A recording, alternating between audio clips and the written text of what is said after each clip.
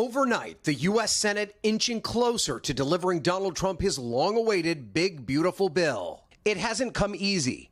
Republicans narrowly pushed the bill forward late Saturday. It passed, but with 2 GOP defections, including North Carolina Senator Thom Tillis, who has warned his party about the impacts of their plans to overhaul Medicaid. So what do I tell 663,000 people in 2 years or 3 years when President Trump breaks his promise by pushing them off of Medicaid because the funding's not there? Earlier in the day, President Trump posting a warning for all cost-cutting Republicans, writing, quote, "Remember, you still have to get reelected.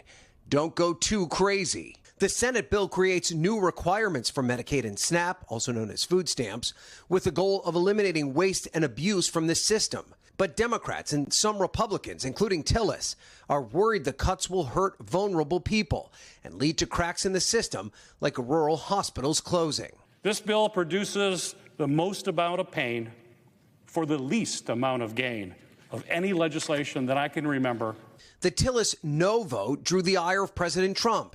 And then in a shocking turn, Tillis announced he would not seek re-election, opening up a competitive seat ahead of the midterms. One the president's daughter-in-law, Laura Trump, is considering a run for. A new estimate released Sunday also showing the bill would add $3.3 trillion in budget deficits over the next decade. Republicans brushing off the criticism, arguing the bill extends $4.5 trillion in tax cuts and funds the Trump mass deportation plan, 2 important planks of Trump's re-election campaign. This will secure that border in perpetuity. President Trump, this is your plan. It is in our bill. Well done. Republicans aiming to pass the bill by July 4th. Over the weekend, President Trump asked if that deadline will hold. I don't know. I mean, I can't tell you that. I hate to say yes. I'd like to say yes. Now, Ryan, the bill heads to the House if it passes the Senate. So what's the feeling there on how much support it actually has?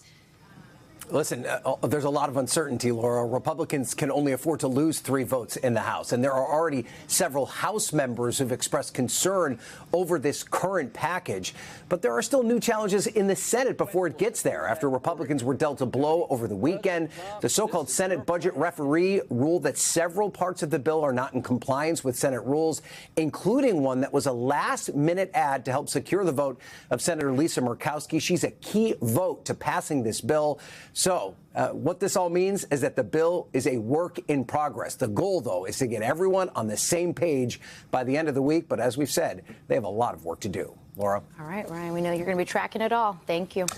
Hey, thanks for watching. And don't forget, you can catch the Today Show every morning on NBC or take Today when you're on the go. Just follow the Today podcast on Apple Podcasts, Spotify, or wherever you listen.